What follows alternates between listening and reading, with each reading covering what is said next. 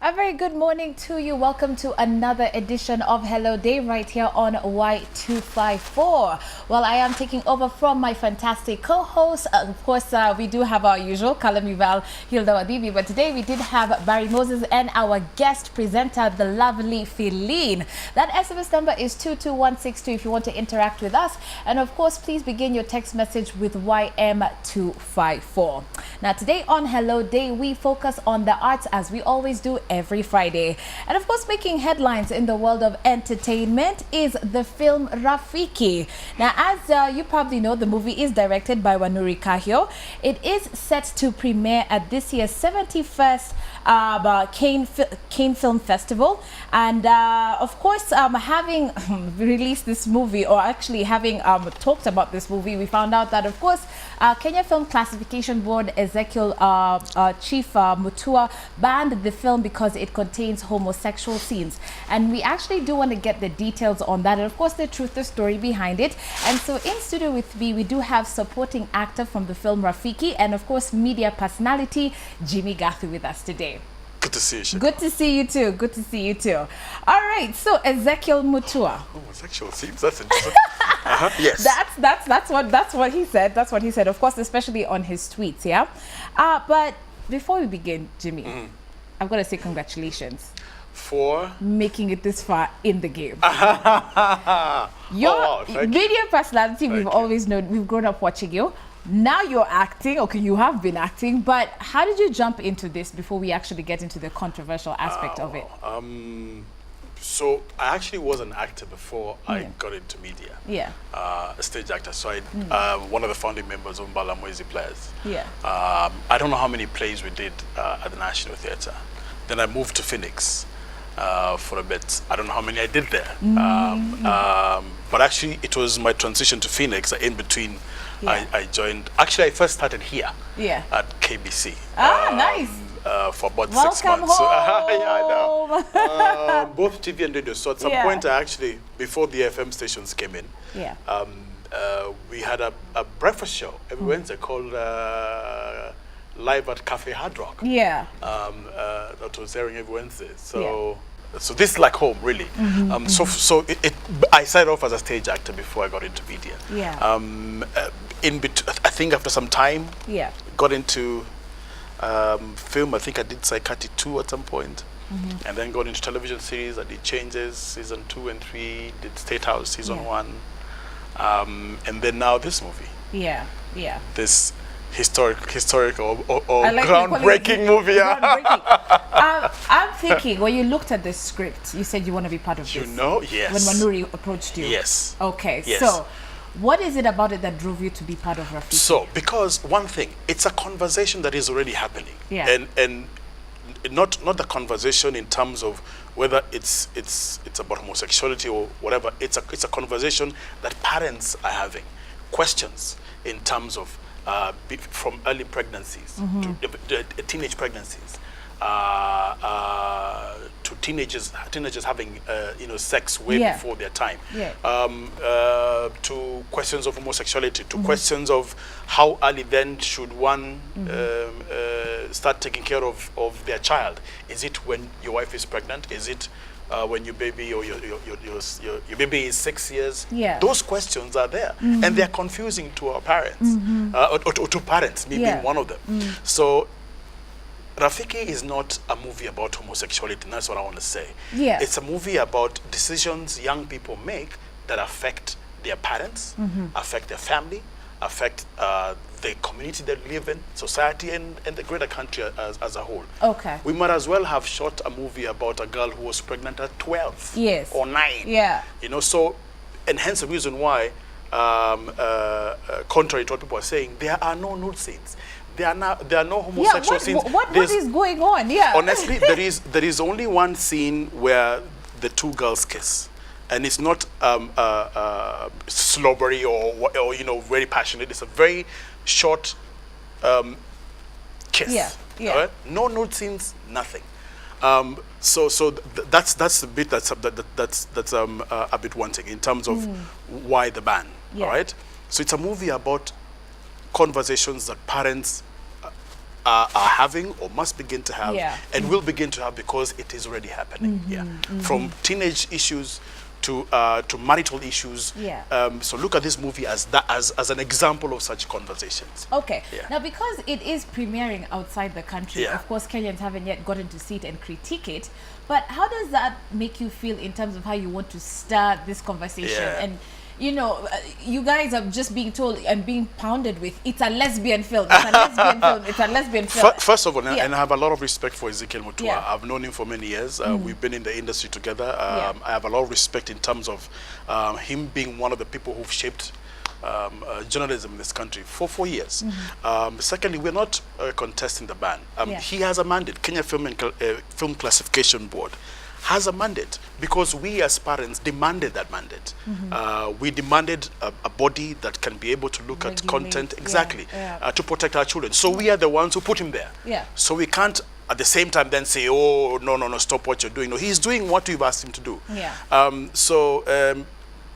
Let's look at the ban differently. Yeah. Okay, so first of all, we're not critiquing Ezekiel. He has a job to do and he must do it. Yes. And must do it because can you imagine if he wasn't there or if he let some movies go, Yeah. like even this one, and somebody saw it, we'll be criticizing him for not doing his job properly. So he has to do his job. But the beauty above the ban Yeah. is that then it starts conversations. Yeah. Then Shiko Kaitani can invite Jimmy Gathu and ask what's Yeah, going on. yeah. And then we can start asking ourselves, Yes. are parents actually going through this scenario? Yes, because there's a reason why you made the Yes, film. exactly. Okay, So are kids saying, Mom or Dad, I'm gay? Yeah. And what does that make you feel? Or even forget I'm gay. Mom, Dad, I'm pregnant and I'm 12. Yeah. Okay? So what do? Do you throw your child away and say, "Apana, where si mtoto wangu? I didn't bring you up like this"? Yes. Or do you say, you know what, did I make a mistake? When my child walked into my house with at age 7 with the next door neighbor's son or daughter, Yeah. they tell him, hey, don't chase na vijana ni wabaya. Yeah. Did I sit and have a conversation with my son about the birds and the bees early enough? When he asked me, Dad, what is this? Did I say, go ask your mother? Yeah. And vice versa. And that's how most of us grew up. Yes. So I like the Yeah. ban in this Yeah. regard. It then starts conversation. Yes. Conversation, I am hoping, will elicit policy changes. Policy changes will elicit, laws and help Ezekiel Mutua do a job better. Exactly. Okay. So I'm not criticizing them. It's good it's there. Yeah. All I'm saying is Yeah. it's unfortunate that we had to bear the brunt of it because it is a movie that you must watch. It is not what people are saying it is. It's about. Let me tell you, it's a Kenyan story Yes. about 2 sets of parents Yes. who are confronted with this situation. The public reacts. For example, I play one of the fathers of the 2 girls. Yes. And I'm running for office as an MCA. And I lose an election because people find out that my daughter is lesbian. Yeah. And I lose an election. And yet I'm this guy Yeah. who people love. Wawe ni mtu wetu, in fact, tunakuchagua kabisa. And then they find out what?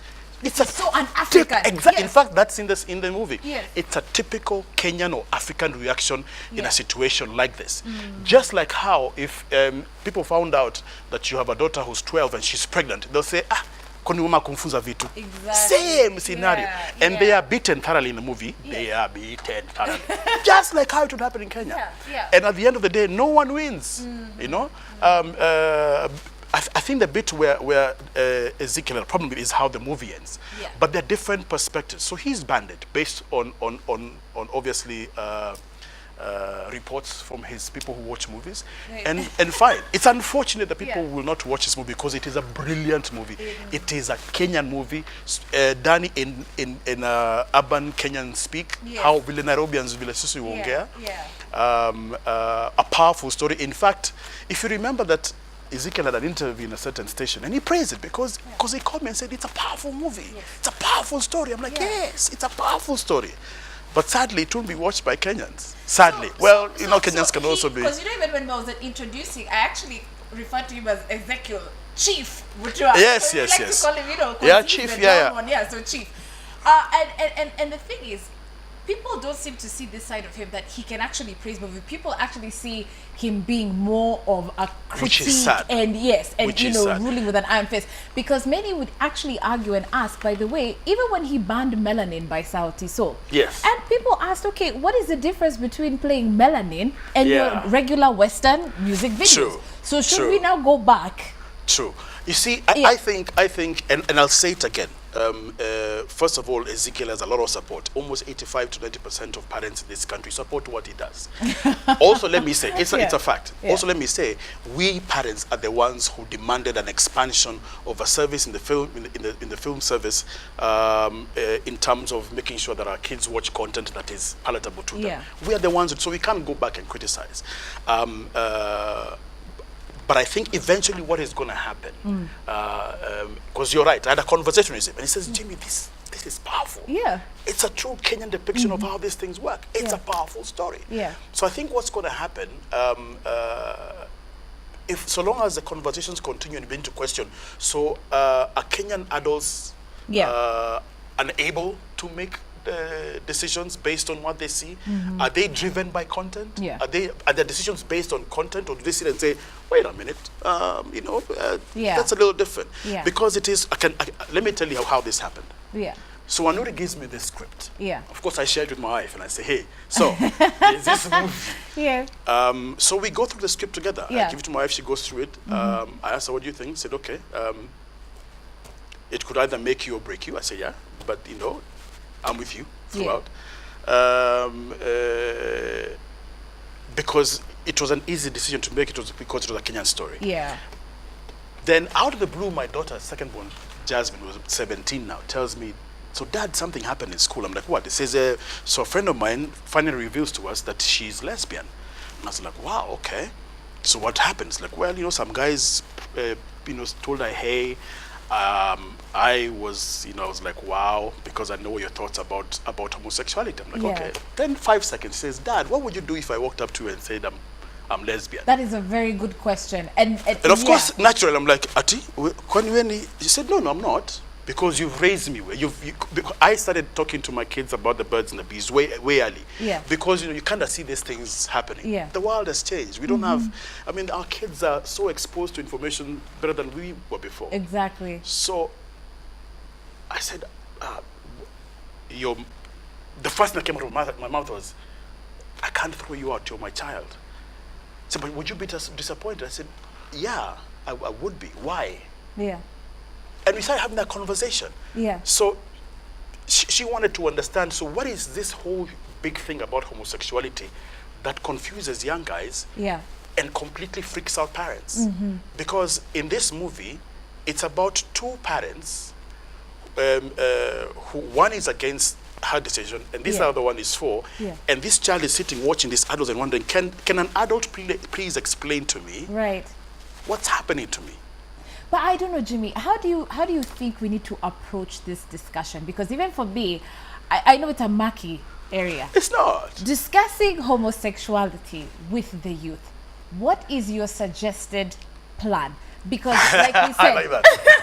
and by the way, you've been very active in terms of social change discussions. We've seen you do the Mpango Akando campaign, safe sex campaigns and what have you. And now we've got this thing. Yes. Do you think as a nation we are actually ready to have this kind of a discussion? Because if you see it around the world, even pop culture, look at people like Ellen DeGeneres. Yes. Openly married. Yes. States are actually approving homosexuality. You can get married, same-sex marriages now. So are we behind? Are we just being as ostrich with our heads in the sand, refusing to discuss this? No, we're not behind. I think, and hence why I'll not criticize Ezekiel. I'll say he's there to protect our moral and our cultural integrity. Yeah. I think it is time for parents to be honest enough and say, do I have a conversation with my kids? It starts from there, Shiko. It doesn't start when, boom, your child is 17 or 18 or even 13 and comes and tells you, oh, by the way, I'm pregnant. Oh, by the way, I had sex. Oh, by the way, I'm lesbian.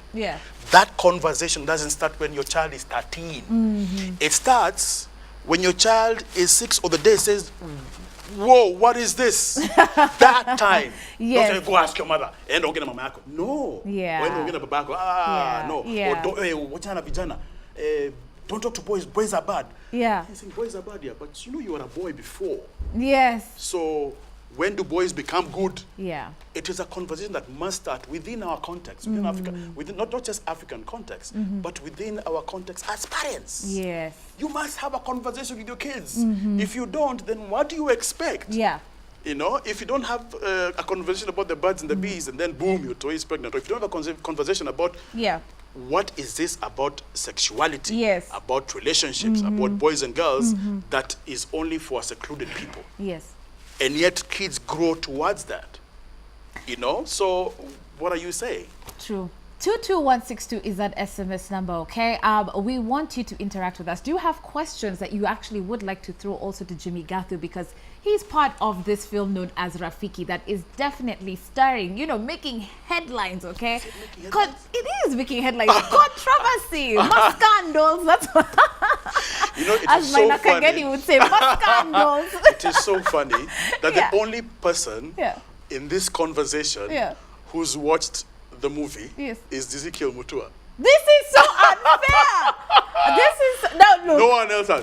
I mean, outside the precincts of the cast. So do you think that's actually kind of unfair? Because had he gotten more views, because I mean, there's different opinions to it. Do you think maybe there would have been a shift in his decision? Again, I will say, Shiko, it's a good thing. Look at it as a good thing. Look at it as a good thing. So next time, because now there are questions, so people are saying, wait, so can I just watch the movie and make my own decision? So that conversation will continue and continue. Yeah. It will help create or shape policy that will help Ezekiel or strengthen his position as KF classification, KFCB. CB, yes, exactly. Yeah. So it's a good thing that this conversation started. It's a good thing the ban has happened. Who knows? Next time it will happen. They'll be, you know what? From what we experienced last time, let's just look at these things critically. Okay. Let's first find out, are parents going through this sort of scenarios? Yeah. Are kids asking, can adults please speak to us? Can you talk to us and tell us what's going on with our bodies? Exactly. I remember when I was designing some content for my TV station, and I asked my daughter, so what would you like, if I was to design a teens program, what would you want us to talk about? You know what she did? She told me, Dad, can somebody explain to me what is this? I'm like, what? I'm like, okay, those all are these changes. It's like, what are they? What's happening? What's what am I supposed to do with them? And I was thinking that, you know, people can imagine thinking that when girls grow and their bodies change, they're cool with it. Like, get confused. So completely. I tell my kids, my last one is 13 now. Yeah. And one day she came home on Valentine's with flowers in her hands from school. So she walks into the house and she's like, I'm like, whoa, nice flowers. From who? She said, from another boy in school. I asked her, did you say thank you? She's like, did you say thank you to the boy? Yeah. I said, no, I completely didn't. Opposite from what she was expecting. I said, what? A boy gives you flowers and you don't say thank you. Tomorrow you go and say, thank you very much. That kind of conversation. Yeah. So they're like, Allah, so it's okay. So they can be open. You're encouraging your kids to be open.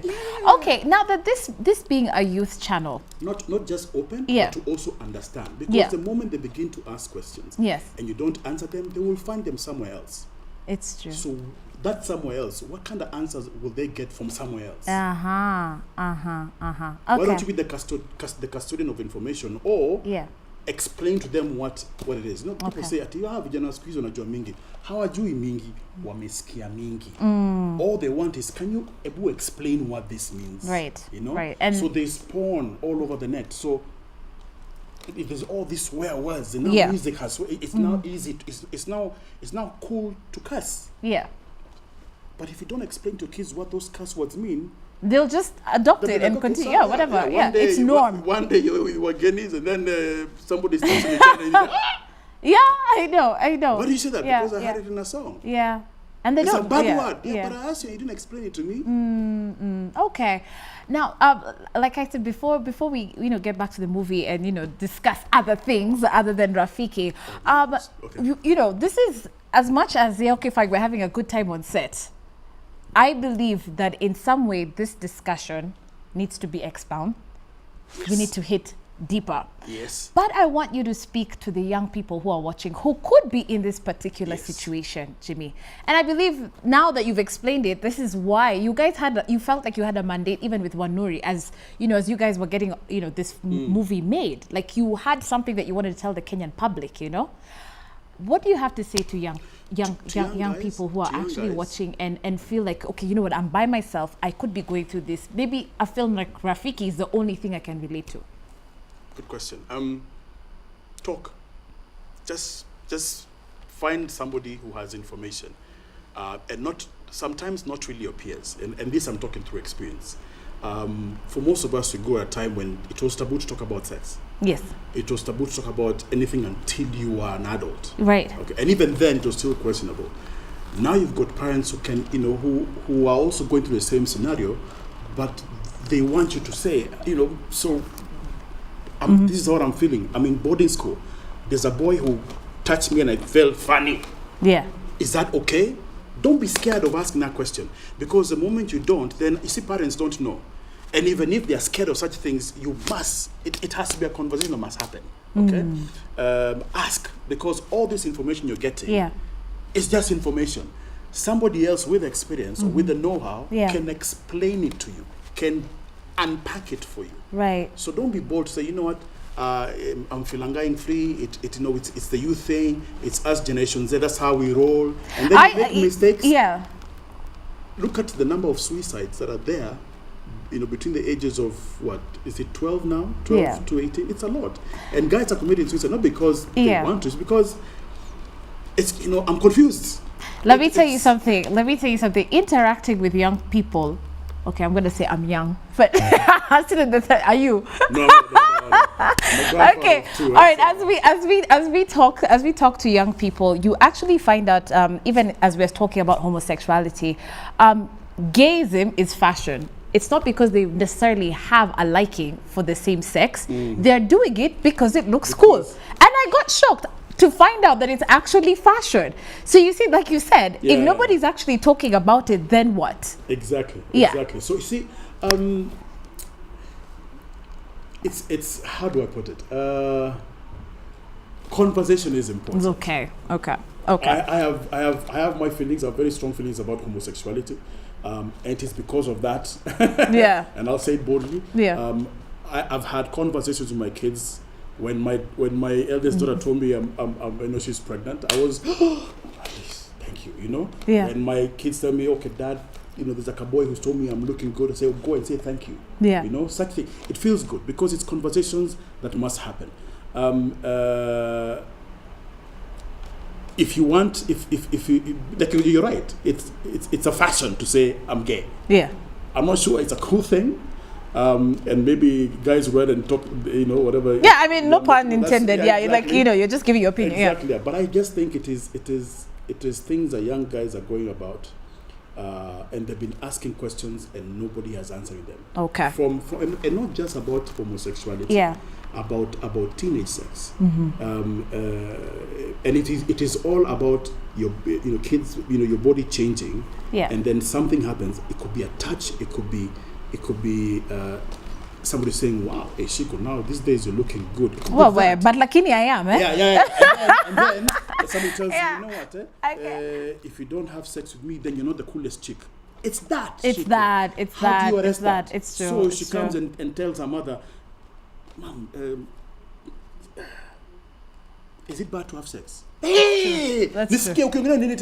Exactly. It's true. That's true. I like it. I don't like that conversation. You know, that's it. How do you arrest that? Yeah, exactly. Okay. All right, Jimmy. I definitely need to invite you back to studio because we have to have this conversation with you, especially about that. But going back to the film, because I know we're running out of time and my director is about to kill me. Tell me, is this really a blow to our country now that you are showcasing this film at an international film festival? Yes. And yet, your own film is not welcome in your own country. So how does Wanuri even feel about this? Because when is the premiere? I think she's flying out today is Friday. I think she's flying out on Monday. Okay. With the two girls. Okay. She's broken. Okay. Not broken. She's sad. She's really sad because she kept by the rules.